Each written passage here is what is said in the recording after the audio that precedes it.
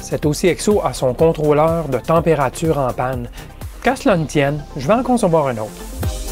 Bidouilleur, salut, 8 pistes. Oh mon Dieu. Le condensateur électrolysé.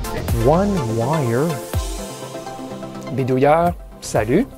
Dans une vidéo précédente, je vous ai fait découvrir les oscillateurs à quartz stabilisés en haute température, soit les OCXO.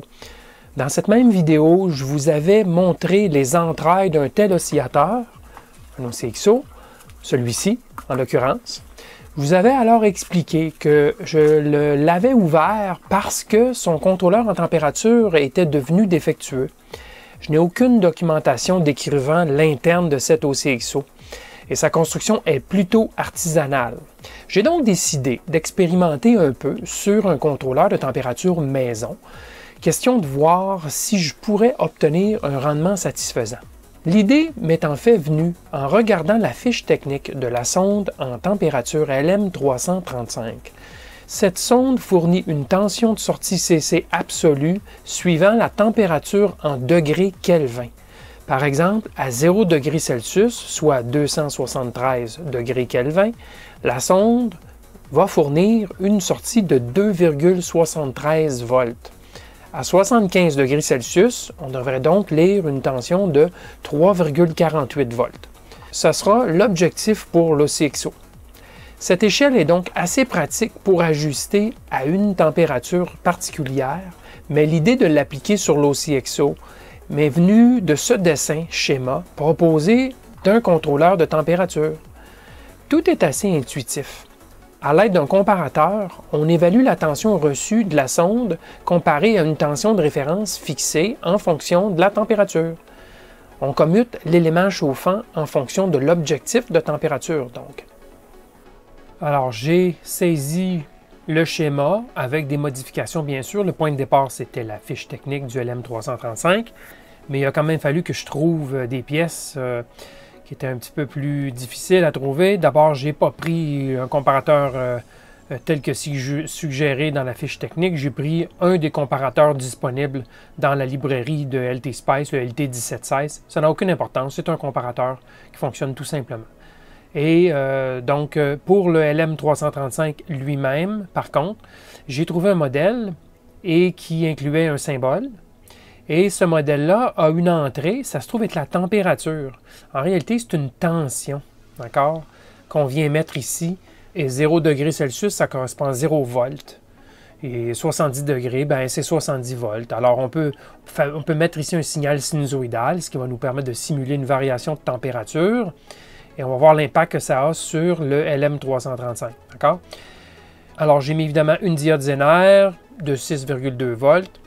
J'ai mis un potentiomètre. Ici, ça sera de 10K. 10K, ça va nous arriver à peu près à la moitié sur une alimentation de 6,2 volts qui est la diode Zener. Ben, on aura quelque part à mi-chemin là, avec un ajustement de potentiomètre, bien sûr, donc 3 à 4 volts.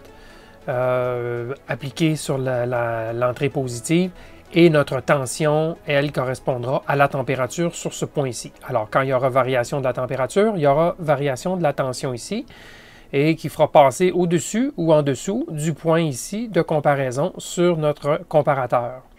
Et c'est ce qui fera qu'il y aura allumage du chauffage ou éteignement du chauffage, dépendamment si le point ici passe en dessous ou au-dessus de la tension de référence qui est un diviseur résistif ici, tout simplement envoyé à l'entrée. J'ai ajouté une résistance d'hystérésis ici, j'ai mis une 10 mégohms, tout simplement pour éviter qu'il y ait passage rapide, donc commutation rapide lorsque c'est très très près et qu'il y a un peu de bruit, parce que bien sûr, il y a du bruit. Alors je ne veux pas faire du découpage avec ce transistor, je veux simplement qu'il allume ou qu'il éteigne. Donc, j'ai mis une résistance d'hystérésis. On fait ça typiquement sur les comparateurs pour permettre de créer une petite zone tampon, une petite zone d'hystérésis qui fera que ça ne basculera pas aller-retour. Il faudra franchir une certaine barrière au-dessus et en dessous pour que ça bascule solide. J'ai mis un petit filtre RC. Le R ici est important pour éviter les oscillations. On met toujours une résistance en série avec la grille. Et j'ai ajouté un condensateur ici justement pour éviter s'il y avait quelque oscillation rapide que ce soit, et en plus pour ralentir un peu la pente d'allumage et d'éteignement ici. Évidemment, nos résistances de 2 x 40 ohms en parallèle sont ici, donc le chauffage que j'ai appelé heater, c'est ça ici qui sont les résistances de chauffage. Alors sinon, c'est pas mal la configuration qu'on avait dans la fiche technique. Rien de particulier. Et je vous montre le résultat. Si je fais une simulation avec en bleu la température, qui ici passe de 40 à 80, qui redescend à moins 40, c'est pas grave, ça n'a pas d'importance, ça nous intéresse peu. Ce qui nous intéresse, c'est vraiment la zone de 0 à 70, 80. Et on voit lorsque la tension franchit les 65 environ Celsius, que le chauffage cesse, donc ça s'éteint.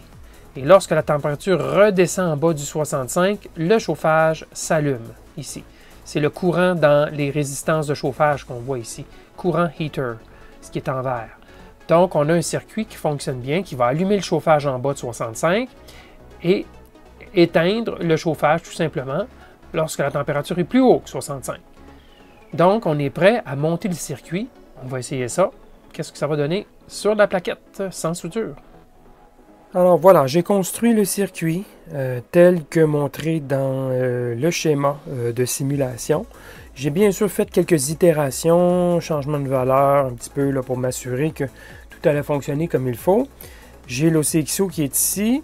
Je lui ai donc amené les alimentations nécessaires, 9 volts sur l'oscillateur et 12 volts sur l'élément chauffant, bien sûr, branché sur le MOSFET pour allumer et éteindre l'élément chauffant. Le 9 volts est constant, ça, il n'y a pas de problème. J'ai aussi une petite alimentation ici qui fait l'ajustement très fin de la fréquence à l'aide d'un bloc d'alimentation de précision pour stabiliser à l'écran la fréquence. Alors, le branchement est tout fait. J'ai 3 mesures qui sont faites à l'oscilloscope. Je vous montre ça dans quelques instants. J'ai mis juste un petit peu d'isolation sur le dessus comme ça et on fera des essais d'amélioration d'isolation un peu plus tard. Alors, j'ai bien sûr ajusté la température vers 70 à 75 degrés Celsius et ça a un impact sur la fréquence d'oscillation. Si je change la température de la chambre, eh bien, ça changera la fréquence d'oscillation un peu en montant, descendant. Donc, il y a plus d'une façon d'ajuster la fréquence d'oscillation, bien sûr, du cristal. Et une de celles-ci, c'est de changer la température. L'autre, bien sûr, c'est de venir ajuster à l'aide de la tension d'ajustement fin sur la diode overactor à l'intérieur. Alors, allons voir le résultat à l'écran d'oscilloscope. Alors, j'ai 3 courbes à l'écran. La première en bas, c'est une référence GPS 10 MHz qui me sert à synchroniser l'oscilloscope ici. Donc ça, c'est ma référence. Je sais que ça, c'est extrêmement exact à 10 MHz. La courbe au-dessus, c'est la sortie de notre OCXO. Alors, je l'ai amené directement à l'oscilloscope. Et si vous voyez une dérive dans une direction ou dans l'autre, c'est en effet un mouvement par rapport aux 10 MHz très précis. Alors, le boîtier est ouvert et la tension vient d'un bloc d'alimentation dont la tension peut varier un peu. Donc, ce n'est pas extrêmement stable. Présentement, ça varie en fait beaucoup. Alors, lorsque les deux ne bougent pas, évidemment, on dit que notre oscilloscope sera exactement à 10 MHz, mais s'il y a légère dérive, ben, ça peut être un petit peu plus bas, un petit peu au-dessus. Alors ça, c'est mes 2 courbes. Ici, la tension en jaune, c'est une tension CC, c'est la tension sur notre sonde de température. Vous voyez ici, c'est comme je vous ai expliqué, c'est en Kelvin, donc 349 degrés Kelvin, ce qui voudrait donc dire 76, si je calcule vite, 76 degrés Celsius. C'est la température de la chambre en température présentement. 75, 76, vous voyez que ça varie un petit peu, évidemment, lorsque le chauffage s'allume et s'éteint. Alors, je pourrais stabiliser l'onde plus en changeant la tension CC, en bougeant la température de la chambre, évidemment. Mais ça me permet de vérifier que le circuit fonctionne bien. Alors, il y a beaucoup de dérives, comme vous voyez, et il faudra améliorer, à mon avis, l'isolation, parce que comme c'est là, ce n'est pas suffisamment stable. Alors, vous voyez ici la mise en marche à partir de froid, donc de l'OCXO, accéléré par un facteur de 10. Okay? Alors, c'est 10 fois plus rapide ce que vous voyez à l'écran comparé à la réalité. Le processus au complet prend environ 10 minutes pour en arriver au point où on est très près du 10 MHz. Mais il faut comprendre que la température dans la chambre atteint assez rapidement, en quelques minutes, peut-être 3 minutes ou 4, elle atteint rapidement la température, l'objectif. Par contre, c'est la température où la sonde est située et non pas la température du cristal à l'intérieur et de l'oscillateur. Ce qui fait que ça continue à prendre du temps pour atteindre la température désirée et le point d'équilibre, si vous voulez, même à l'intérieur de la chambre de température. Alors, éventuellement, on atteint une limite. Et là, je vous retombe ça en mode une fois, où vous verrez qu'il reste quand même des petits ajustements résiduels à faire. Donc, tout n'est pas terminé. Mais disons qu'on s'approche beaucoup là, du point de stabilité où la fréquence ne bougera pratiquement plus. Alors, la chambre en température consomme environ 600 mA. Et vous allez le voir dans quelques secondes qui va s'activer. Voilà, là, le système, le MOSFET conduit et donc, présentement, le chauffage fonctionne.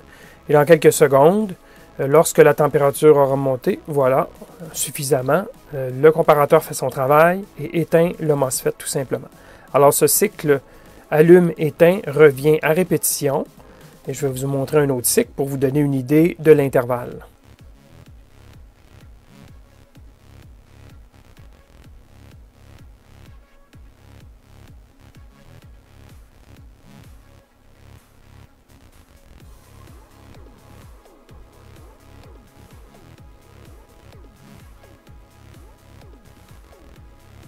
Donc, c'est pas très rapide, comme vous voyez. C'est plus longtemps éteint qu'allumé.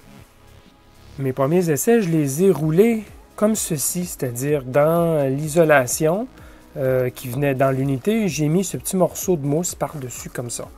Ça, c'était ce que j'appelle le peu d'isolation. Est-ce qu'en mettant plus d'isolation, par exemple un bloc ici, qui entrerait directement par-dessus comme ça, une bonne épaisseur d'isolation et son couvercle, est-ce que ça va donner des meilleurs résultats au niveau de la stabilité de température? Bien, regardons ça tout de suite. Pour faire une série de mesures répétitives, donc à toutes les secondes, pour pouvoir évaluer la stabilité, j'utilise ce petit programme que j'ai fait dans LabVIEW. LabVIEW, c'est un environnement de programmation graphique pour contrôler des instruments de mesure. Alors, j'utilise LabVIEW ici dans Windows 2000. C'est une vieille licence de LabVIEW que j'avais depuis longtemps. Et j'utilise Ethernet, donc une boîte GPIB qui convertit à Ethernet. Et donc, je contrôle ici par Ethernet et je fais des lectures répétées.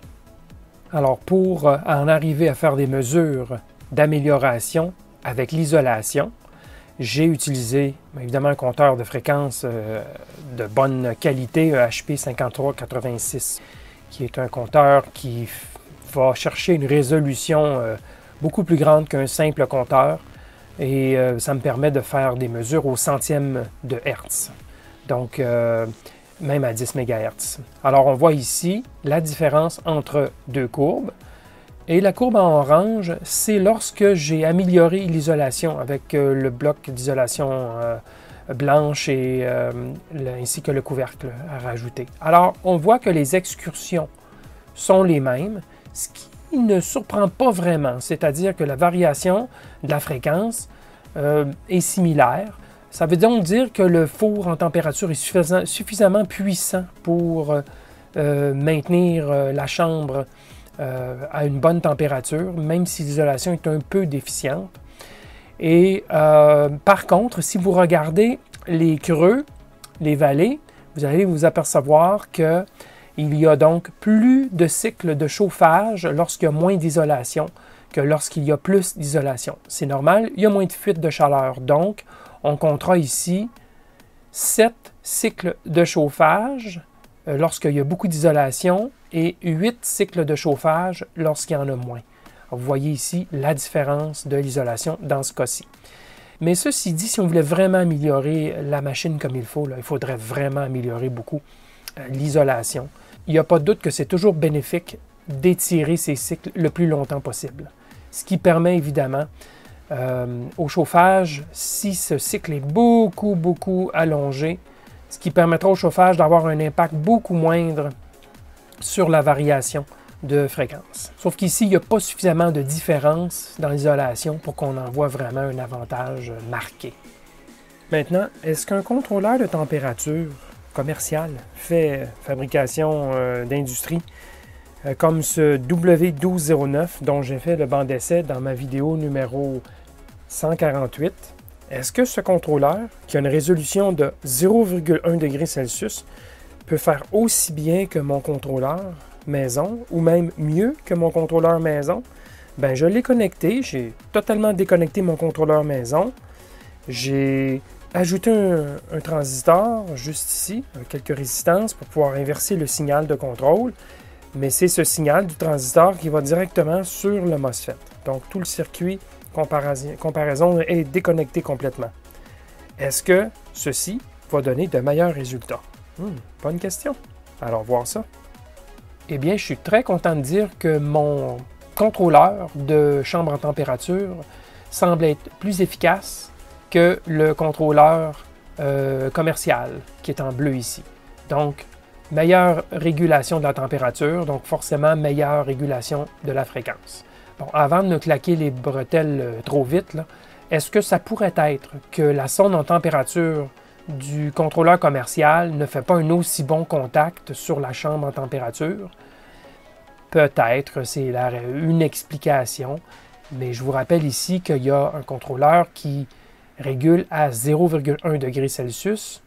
Ici, je n'ai pas vraiment fait la mesure de la résolution, puisque c'est un comparateur assez analogique. Il faudrait vraiment que j'ai un contrôle parfait de la résolution. Il faudrait en fait que j'injecte une tension analogique, que je remplace la sonde par une tension analogique.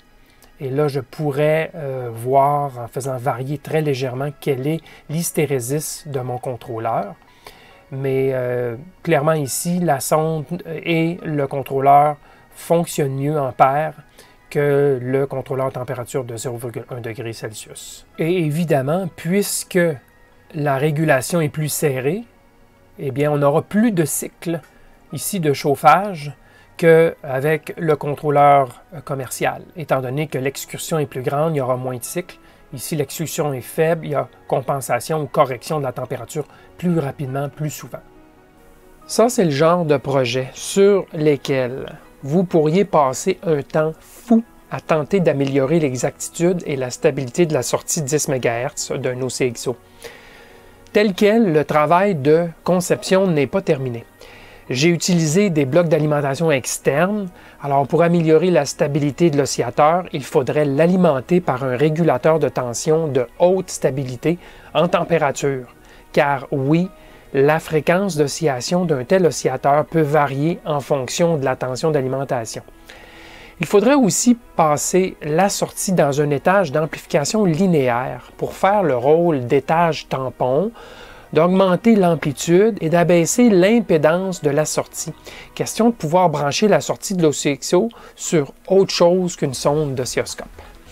Du côté de la performance du contrôle de température, c'est clair que l'inertie thermique de la masse métallique est autant notre ami que notre ennemi. La masse thermique permet évidemment de diminuer les soubresauts en température et donc ça joue un rôle de régulation de température. Mais cette même masse thermique ralentit aussi l'effet instantané qu'on voudrait du chauffage sur la température du cristal.